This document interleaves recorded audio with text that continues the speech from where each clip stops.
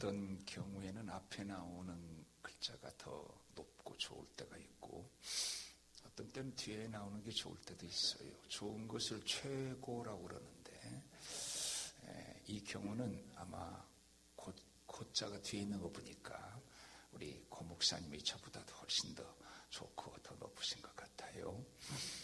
제가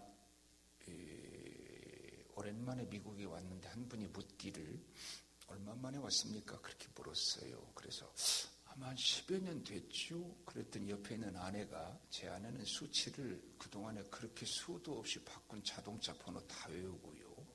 초등학교 때부터 몇 학년 몇 반이고 선생님 이름도 다 외워요. 아주 징그러운 분입니다. 근데 여보, 우리 4년 전에 왔어요 그러더라고. 그래서 아니 왜 이렇게 4년이 10년처럼 느껴졌을까 생각하니까 제가 올해 은퇴를 하는데 은퇴 아리를 많이 하면서 그런 것 같고, 두 번째는 코로나 때문에 그렇구나 하는 걸 제가 느꼈어요. 코로나가 모든 가치를 다 뒤집어 놓았고 정말 이루 말할 수 없는 정신적 공백 상태 우리를 빠지게도 하고 또 문화와 가치와 신앙마저 시험하는 그야말로 무서운 것이 코로나가 됐습니다. 우리가 이 코로나의 이 고난 앞에서 오늘 이 예수님의 풍랑을 잔잔케 하신 사건처럼 우리에게 위로가 되는 말씀이 없지 않을까 생각해서 오늘 이 말씀을 전합니다.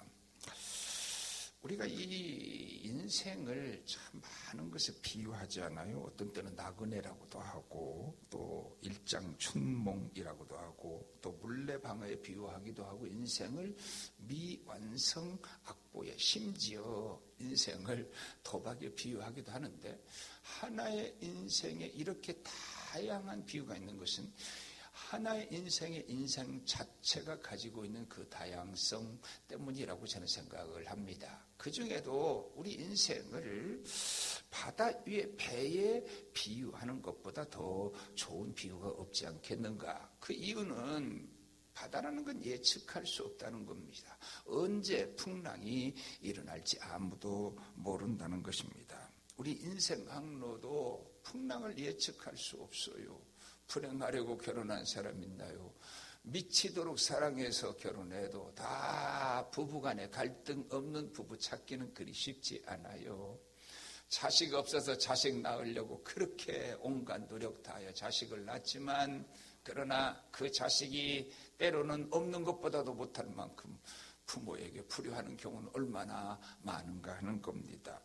이 세상에 병들고 싶어서 병든 사람 봤나요? 저는 아무도 못 봤어요. 마찬가지로 저 바다의 풍랑이 갑자기 일어난 것처럼 인생의 풍랑도 갑자기 일어난다는 걸 저는 수도 없이 보았습니다.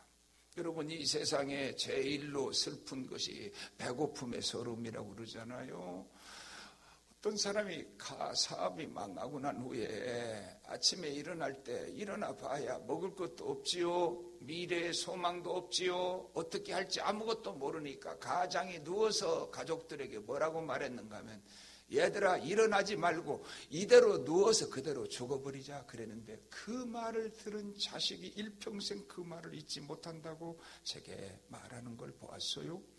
인생에 있어서 눈물에 젖은 빵을 먹어보지 않고는 인생을 모른다고 말하지 않아요?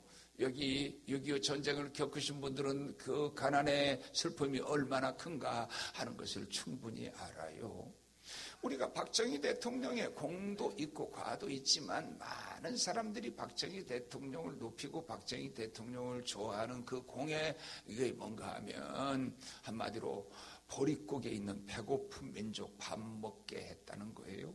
김중건 목사님이 청와대에 들어가서 왜 일본의 공에 많은 공장들 우리나라에 세웁니까? 그래서 우리나라 사람들이 그 공해로 죽어가지 않습니까? 제가 사는 바로 옆에 원진 내의원을 통해 얼마나 많은 사람이 됐는지 모릅니다. 어려움을 겪었는지. 그때 박정희 대통령이 이렇게 김중건 목사에게 말했다는 거 아니에요?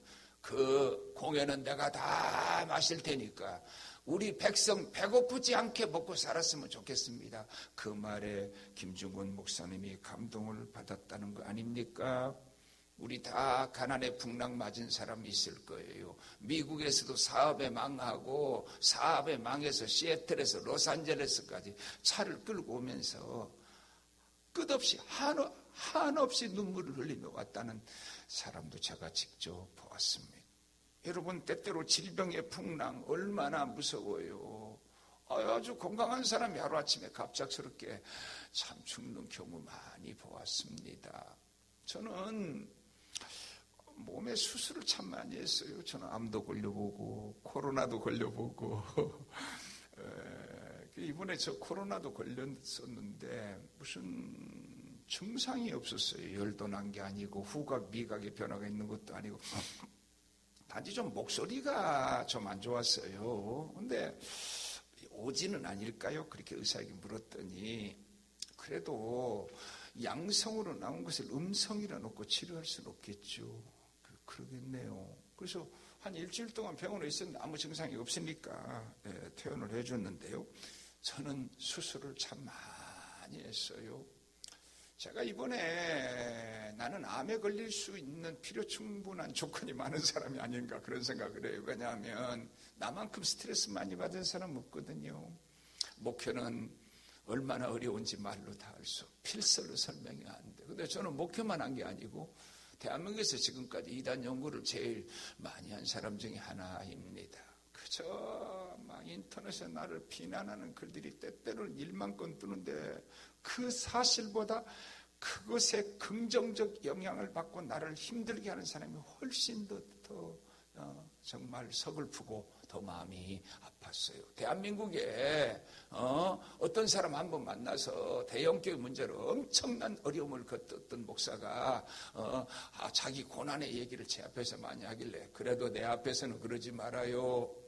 당신은 그래도 당신 교회 문제로 어려움을 겪었지만 나는 한국교회 이단연구하다 고소 120-30번 당했어요.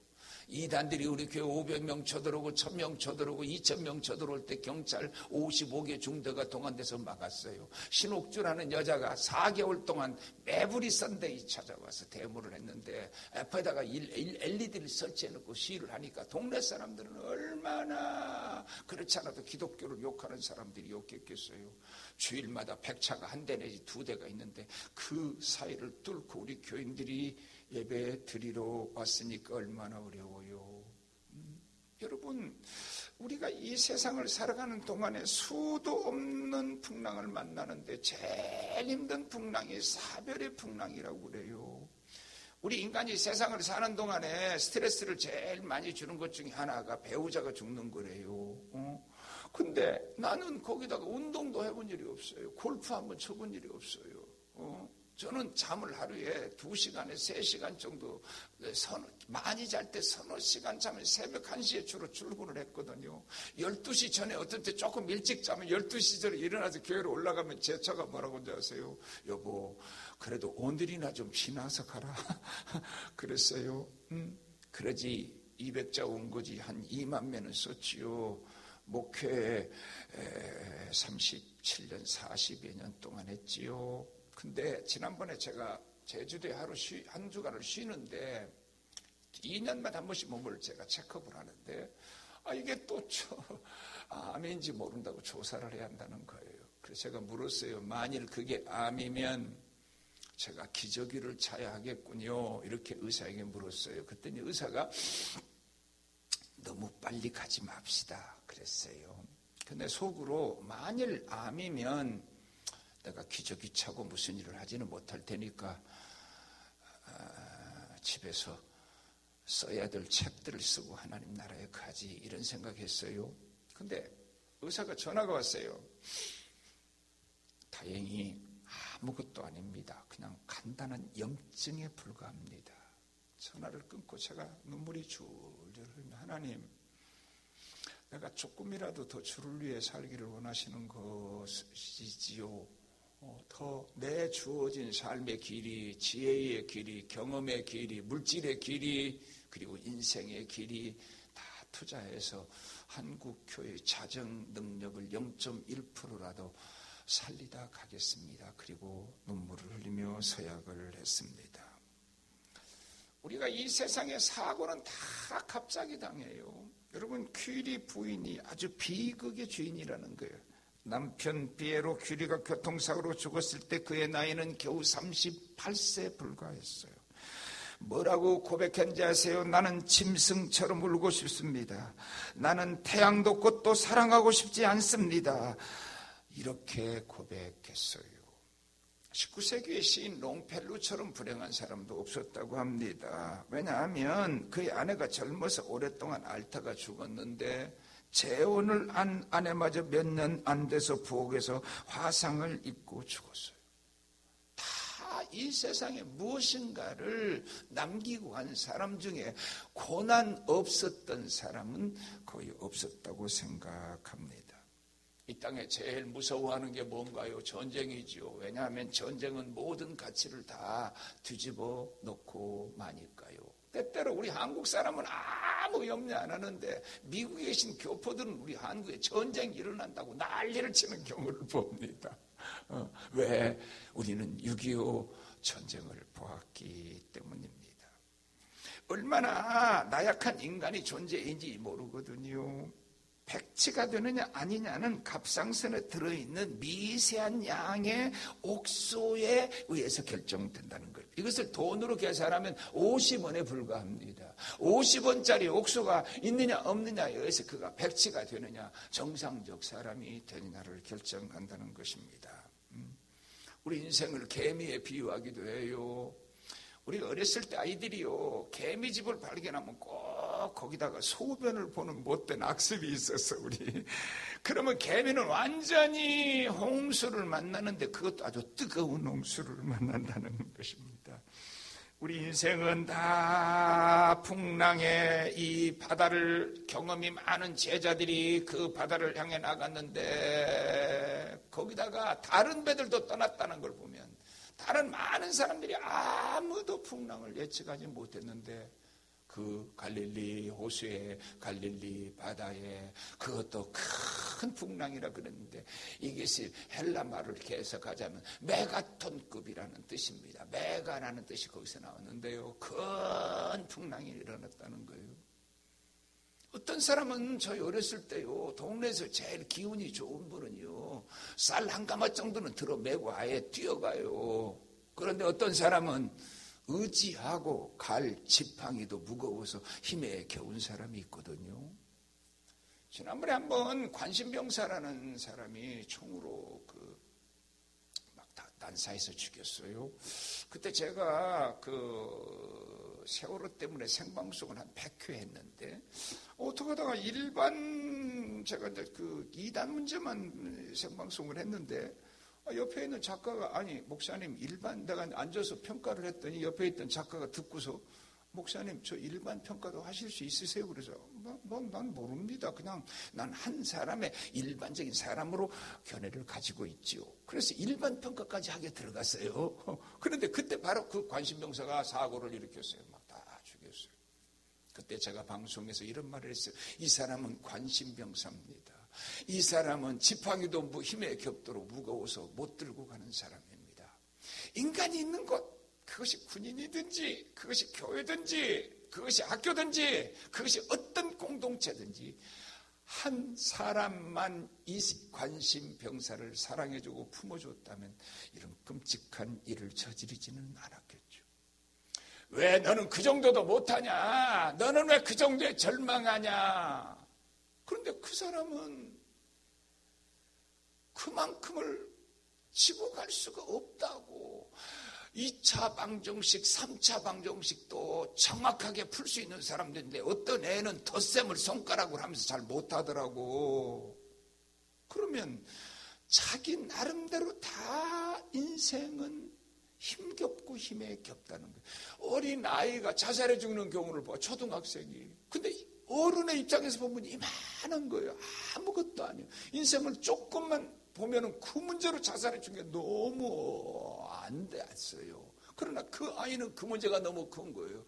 작은 왕따 하나 못 견뎌서 어린아이가 자살해 죽는 경우가 있는데 옛날에는 속에 팬티도 입지 않고 겉에 입고 다니던 때에 우리 어렸을 때. 근데 턱걸이를 하다가 여자애가 턱걸이를 그렇게 하는데 그만 고무줄이 끊어져가지고 팬티가 내려가서 하체를 아이들에게 보였는데 자살해 죽었다는 거예요. 여러분, 그게 자살해 죽을 일입니까? 그 아이는 그 수치를 못 견디고 자살해 죽었거든요. 그러니까 나름 다 인생은 힘들어해요. 제가 그동안 37년 목표를 하면서 이 산을 넘으면 평지가 오겠지. 그리고 죽을 힘을 다해서 그 산을 넘었어. 조금 평지가 오더라고. 그래서 내가 이제는 다시는 산이 안 나타나겠지. 그 다음에 나타나는 산은 이전에 넘었던 산보다 더 높은 산이 나타났어. 그래. 그저 인내와 기도와 눈물과 용기와 그래서 그 산을 잘 넘었어요. 그리고 나서 이제는 다시는 산이 없을 줄 아는데 항상 비교적 내가 이전에 넘은 산보다 그 다음에 넘을 산은 더 높고 험한 산이었다는 겁니다. 그래서 언제부턴가 저는 마음으로 아예 포기했어요. 평지가 오지 않을 거야. 더 큰 산이 오겠지. 그래도 넘어야지. 그래도 잘 참아야지. 그리고 대기하는데 제가 이제 은퇴를 3개월 남았는데 지난 3개월이 지난 40년보다도 더 두려움을 주기도 합니다. 그래서 요즘에 제 기도는 뭔가 하면 하나님 주신 만큼 살겠습니다. 10을 주시면 10만큼, 100을 주시면 100만큼, 주신 만큼 살다 가지요. 요즘에 그렇게 기도를 하면서 하루하루를 보내고 있습니다. 여러분, 우리 모든 인간들이 이 풍랑 앞에서는 잔뼈가 굵은 제자들이 바다에 자신이 있었던 그들이 속수무책이었다는 것을 알아야 돼요. 문제는 더 놀라운 것은 이 항로를 누가 가자고 했는가 하면 예수님이 가자고 그랬어. 제자들이 가면서 예수님 우리가 저리로 가는데 함께 가시지요 한 게 아니라 예수님이 가자고 한 배예요. 그러니까 이 항해를 주도한 분이 예수님이시죠. 더 놀라운 사실은 얘들아 너희들 저기 좀 갔다 오라 한 게 아니에요. 예수님이 그 배에 계셨어요. 많은 사람들이 착각하는 건 뭔가 하면 예수를 잘 믿고 기도를 많이 하고 충성을 많이 하면 풍랑이 없을 줄 안다는 거예요. 아니에요. 기도를 안 해서 오는 풍랑은 죄 때문이지만은 기도를 하기 때문에 오는 풍랑은 더 큰 풍랑일 수 있어요. 문제는 기도하는 사람에게 찾아온 풍랑은 그 사람은 결국 그 기도로 그 풍랑을 이겨내지만 기도하지 않는 사람이 풍랑을 당하면 그는 큰 풍랑에 함몰되어 망하고 만다는 것입니다. 제가 새벽 1시나 주로 출근을 했다가 밤 10시에 들어가니까 제 아내가요 우울증에 걸려버렸어요. 자기를 못 지키고 우울증에 걸린 그 책임을 아내에게 물어야 되는 것인지 내가 잘못했다고 빌어야 하는 것인지. 그 요즘에 제가 부르는 노래는 여보 우리 껌딱지 부부처럼 붙어 삽시다. 이게 요즘에 내 노래인데요. 잘 들는지는 모릅니다. 솔직히 말해서. 근데 놀라운 점을 제가 발견했어요. 아내는 우울증 초기인데 저는 인류 역사에 훌륭한 설교가들이 많은 중에 제일 최고의 설교가를 꼽으라면 저는 스펄전을 꼽고 싶어요.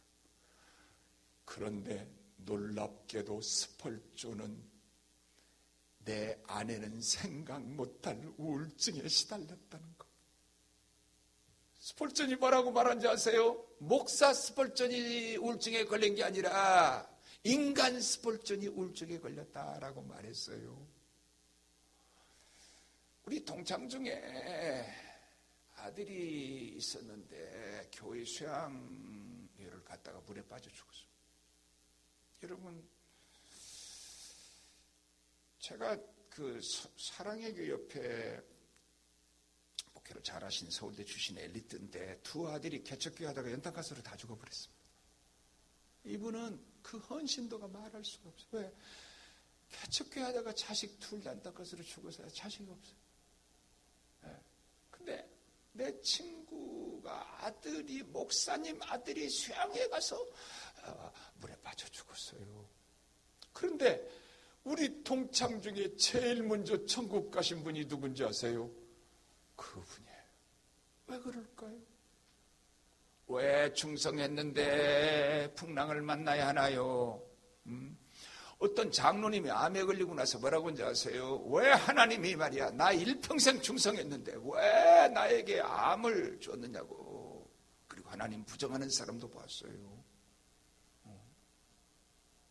제가 지금까지 목회하는 동안에 집안에 어려움을 겪으니까 아들이 찾아와서 뭐라고 하는지 아세요? 목사님, 우리 어머니 아버지가 11주상을 잘하고 교회에 봉사하고 했는데 왜 우리 집에 이런 가난을 주십니까? 그리고 따져 묻는 사람이 있었어요. 많아요.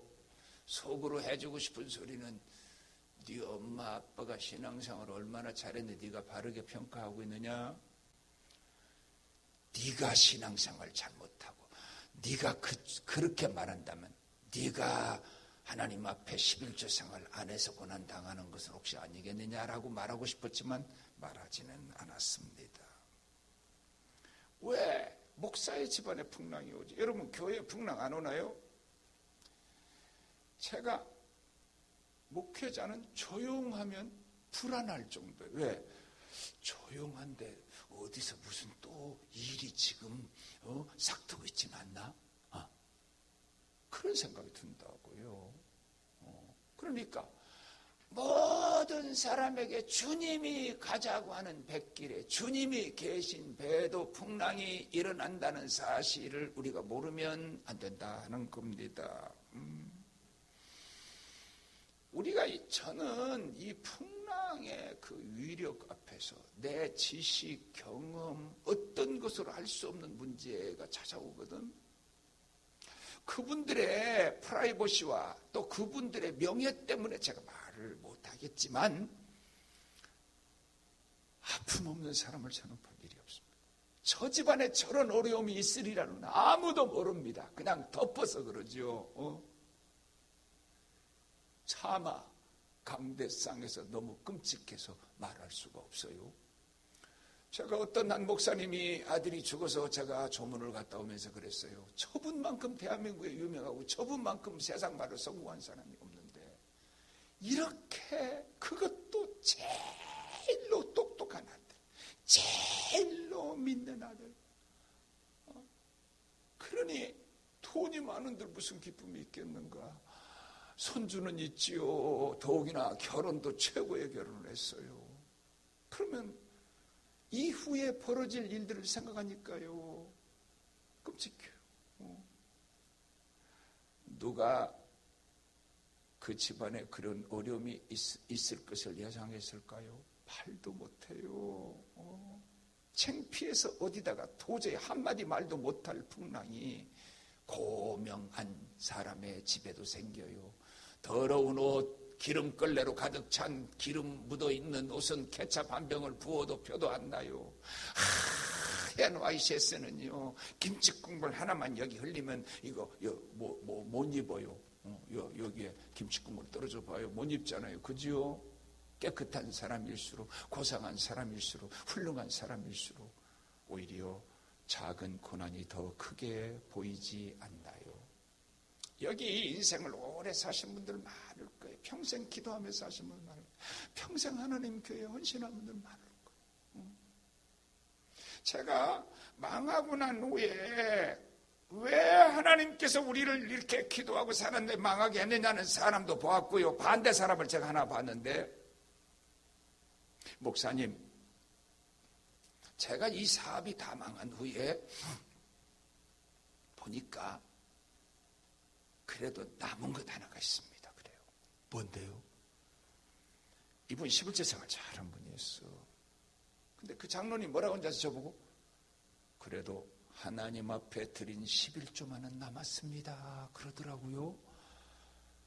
그렇게 제가 은혜를 많이 받았어요. 여러분들은 인생의 고난과 풍랑 앞에서 무엇을 깨닫고 무엇을 배웠나요? 저는 하나님의 이 권능과 능력과 창조의 섭리를 느끼는데, 언제부턴가 제가 유튜브 유선생을 통해서 유선생에 빠지니까 테레비를 안 보더라고요. 제가 그 테레비 내 방에 없어요. 근데 유튜브 잘못 보면 아주 안 좋아요. 왜냐하면 거기는 그 정크 인포메이션이 너무 많아요. 그러나 유익하게 쓰면요, 와, 옛날에는 상상도 못할 좋은 정보를 제가 유튜브를 통해 얻는 것 같아요. 근데 어디에 빠졌는가 하면, 옛날에는 제가 그 동물의 왕국에 아주 그냥 미쳐가지고 내셔널 지오그래픽을 아예 고정해놓고 늘 봤는데, 같은 걸 몇 번 봤는지 모릅니다. 재밌으니까.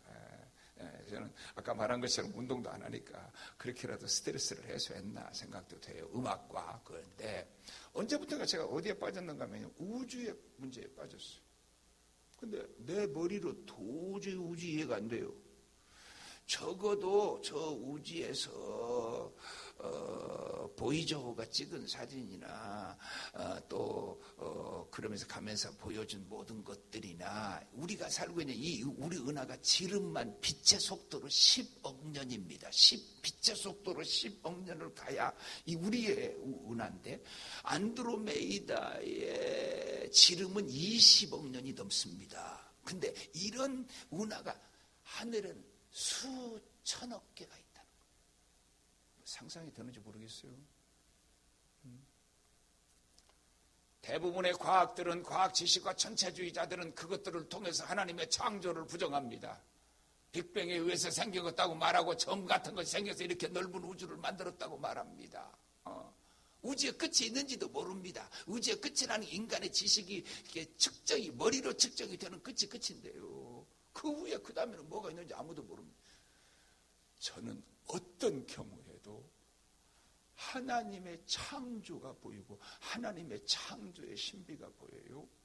수도 없는 고난을 제가 겪고, 어떤 때는 그 고난에 내가 낙제 점수를 맞을 때가 있고, 어떤 때는 그 고난을 이겨내고 하나님 앞에 칭찬을 들을 때가 있는데, 칭찬을 듣도록 그 고난을 이겨내고 그 풍랑을 이겨낸 사람은 마지막에 어떻게 되느냐? 하나님이 더 하나님 되고, 하나님의 권능과 하나님의 지혜와 하나님의 능력이 더 커진다는 겁니다. 저는 유튜브를 통해서 저 천체에 대해서 공부를 하고 또 이렇게 들을 때마다 뭐 듣고 또 있어요. 워낙 도저히 이해가 안 되니까 내 머릿속으로는 내 머릿속에다 집어넣을 수가 없습니다. 그런데 그 우주를 하나님이 만드셨다고 하는 점을 저는 더 느끼고, 그래서 더 하나님을 찬양해요.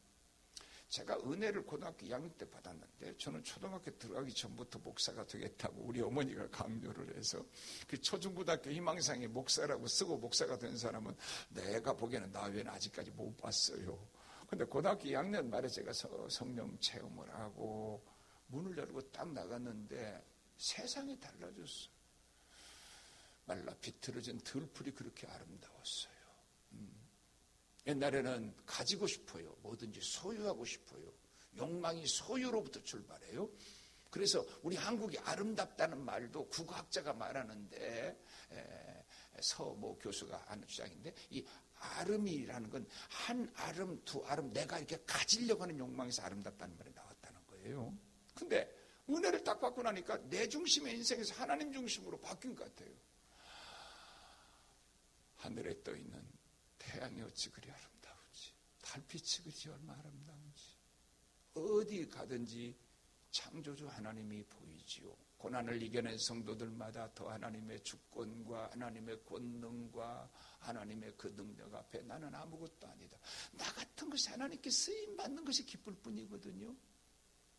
문제는 이 바다의 풍랑을, 그런데 예수님이 계신 배에도 풍랑이 일었는데, 그것도 예수님이 가자는 뱃길에 일었는데, 이 풍랑을 잔잔케 한 분은 누군가요? 제자들의 실력인가요? 아니, 바로 그 예수님이셨다는 겁니다. 아니, 예수님께서 바다를 꾸짖으셨다고 그러는데, 먼저 다른 성경에서는 제자들을, 바다를 꾸짖기 전에 먼저 누구를 꾸짖는가 하면 제자들을 꾸짖습니다. 여러분 생각해봐요. 바다에 풍랑이 일었는데 호들갑 떨고 하는 건 당연해요. 어떤 사람은요, 그냥 그 사람 입을 통해서 나오는 그 말의 풍랑이 더 심해요. 저희 고모님 한 분이 계셨는데, 이 고모님만 만나면 그냥 정신이 없어요. 자기는 그냥 조카들까지 다 이 조카는 이래서 걱정, 저 조카는 저래서 걱정, 그냥 세상죄를 짊어지고 가는 어린 양처럼 이 고모님을 만나면 그냥 늘 염려 근심으로 그냥 한숨과 염려와 근심으로 그렇게 사셨어요.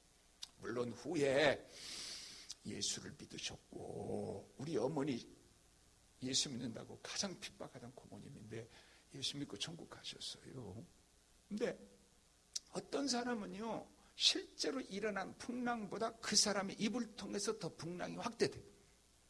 꼭 발언 하나를 해도요, 교회에서 무슨 발언 하나를 해도 풍랑을 일으켜요. 그 말을 통해서. 일어난 바다를 꾸짖기 전에 주님은 그의 두려움을 먼저 꾸짖으시다는 걸 잊어서는 안 돼요. 많은 사람들이 주님에게 책망받아야 될 일들을 해요.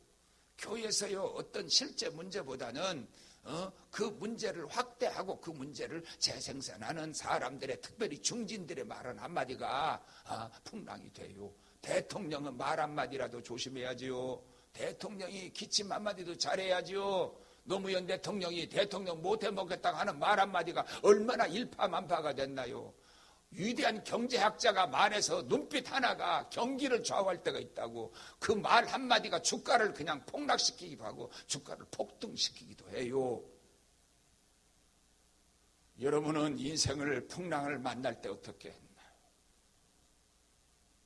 바로 주님에게 해결하려고 안 해요. 백줄이 어디 있는가? 돈, 자본주의 시대 최고 힘은 돈이지. 돈과 권력이 결탁되면 안 되는 일이 없는 시대예요.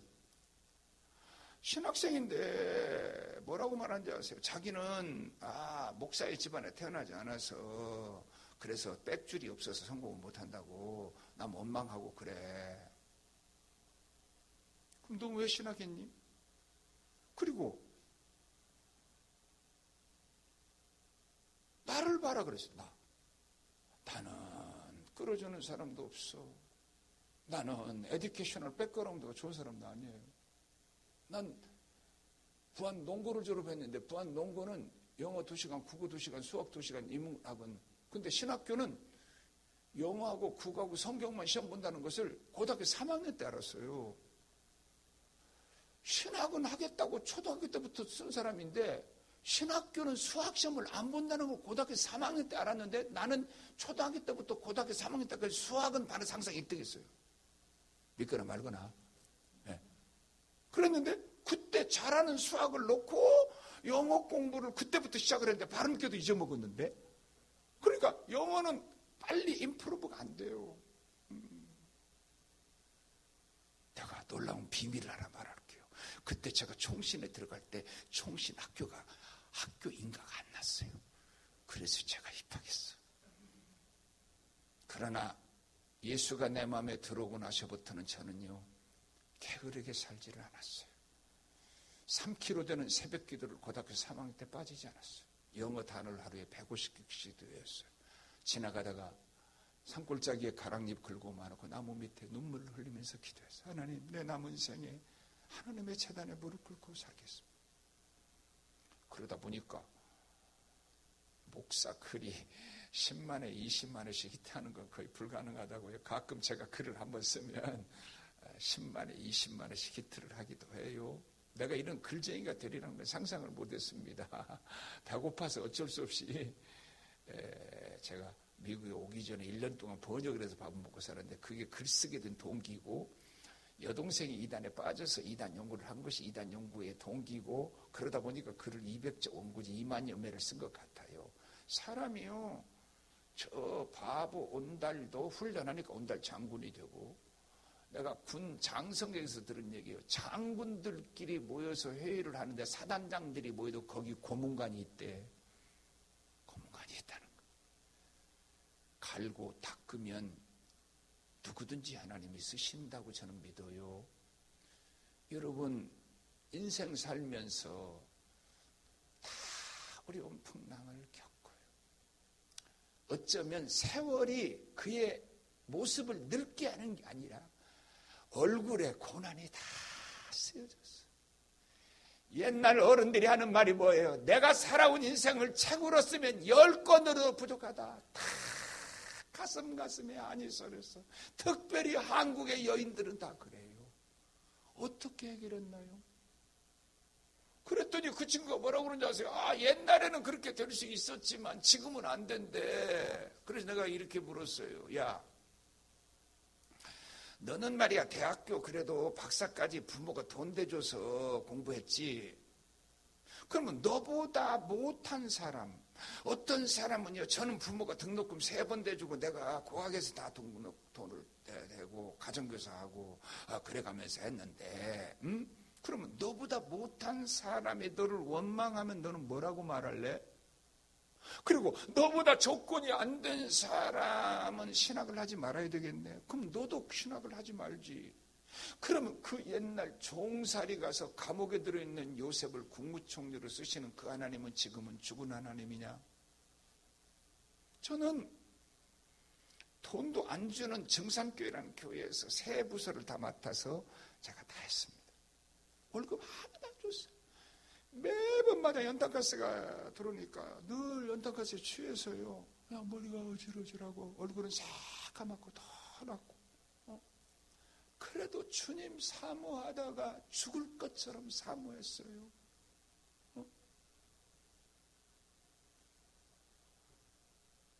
풍랑이 일어봐야 알아요.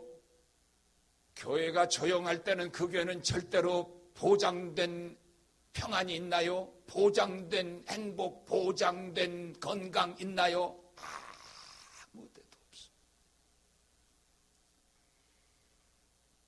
사람을 통해서 고난이 오면 믿음이 없는 사람은 그 사람을 원수시해서 사람이 갚으려고 하더라고.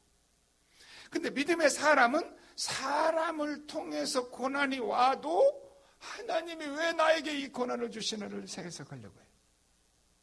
하늘의 새가 날아가다가 똥을 싸서 내 머리에 맞아도 내가 무슨 죄가 있나 생각해야 돼요. 나는 우리 딸이 힘들어할 때 하나님 내 죄를 우리 자식에게 물려주지 마세요.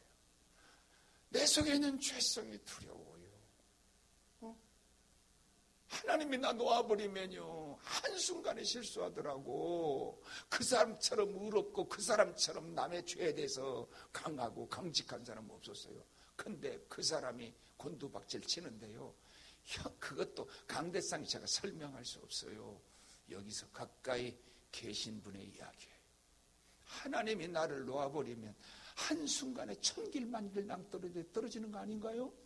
근데 그때 예수를 찾고 예수님에게 찾아가서 답을 묻고 예수님과 상의하면 그 풍랑을 잔잔케 한다고 저는 믿습니다. 그런데 이렇게 코로나를 통해서 고난이 오면 누구 원망도 할 수가 없어. 누구를 원망해? 천연 자연재해가 와서 내가 고난을 당하면 누구를 원망해요? 근데 그때도 하나님 앞에 회개하고 하나님 앞에 기도하지 않는 사람이 있더라고요. 사람 원망하고 하나님 원망하고. 사랑하는 여러분, 저는 암으로 죽어도 하나님이 나를 불러 가신 방법이라고 생각하지 그것을 원망할 마음 없습니다. 내가 이번에 코로나 걸렸을 때도 그랬어요. 코로나로 불러 가면 뭐 가야죠. 그렇잖아요? 내 뜻대로 하나님이 해주실지는 모르겠지만 10년만 더 살고 제가 치매만 오지 않고 손가락 마비만 오지 않는다면 휠체어를 탄다고 해도 한국교회 유익한 글들을 써놓고는 가겠다 이런 생각을 했어요.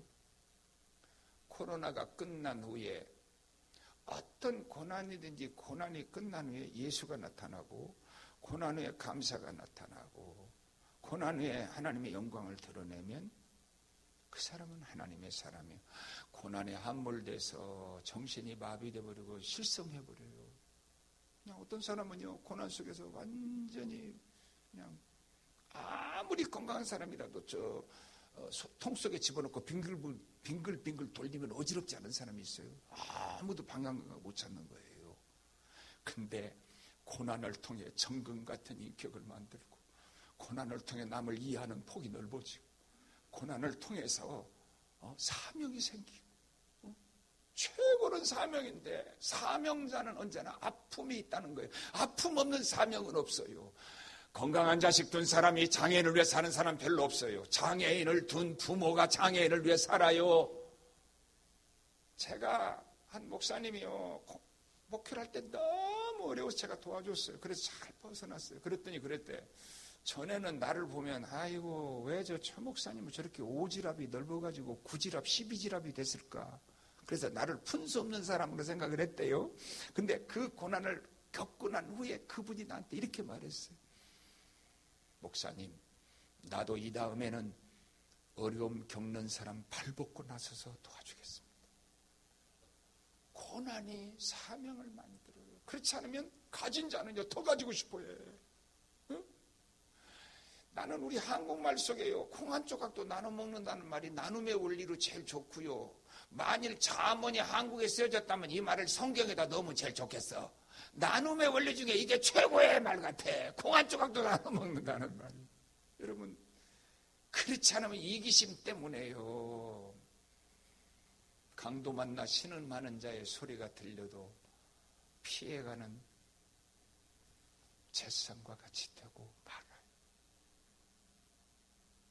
제가 여동생이 이단에 안 빠졌으면 이 고생스러운 이단 연구 왜 했을까요? 못했을까요? 사랑하는 여러분, 루이스의 말을 인용해 보겠습니다. 왜 환난이 있는가? 그것은 대부분의 사람들이 큰 일을 당하기 전까지는 하나님의 음성에 대하여 무관심하기 때문이다. 이런 인생을 향하여 고통은 하나님의 뜻을 전하는 확성기다 그랬어요. 귀가 밝은 사람은 모기 소리도 듣죠. 귀가 어두운 사람은 천둥 소리가 들려도 안 들립니다. 고난을 통해서 하나님의 음성이 들렸나요? 그러면 예수 바로 믿는 사람. 잘 아는 시는 예와 같지만 그래도 저는 이 예화를 쓰면 늘 눈물이 납니다. 다시 한번 써보면서 설교를 마치려고 합니다. 어떤 사람이 주님 앞에 갔는데 자기 인생 길이, 살아온 길이 보이는데 보니까 자기 인생 발자국 뒤에 주님이 따라오신 발자국이 있더라고요. 그래서 주님, 나는 나 혼자 사는 것처럼 늘 아파하고 힘들었는데 이제 보니 주님이 내 뒤에 언제나 따라오시는 주님이 계셨군요. 그래서 감사를 했는데, 근데 주님, 왜 이때는 내가 제일 힘든 때인데 왜 주님의 발자국이 이때는 왜 없었어요? 왜 이때는 주님 나를 버렸어요? 야 이놈아, 그때 제일 힘들 때 그 발자국은 네 발자국이 아니다. 내 발자국이다. 내가 너를 업고 걸었기 때문에 네 발자국이 없는 거야.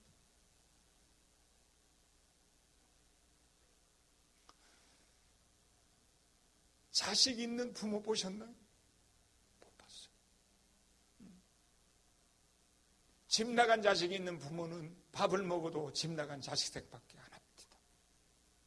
너 낳은 어미는 너를 버려도 나는 너를 버리지 않겠다고 약속하신 그 주님 바라보시고, 코로나가 끝난 후에 나는 코로나를 어떻게 이겼다는 말보다 코로나가 나에게 준 영적 유익이 무엇인가를 간증할 수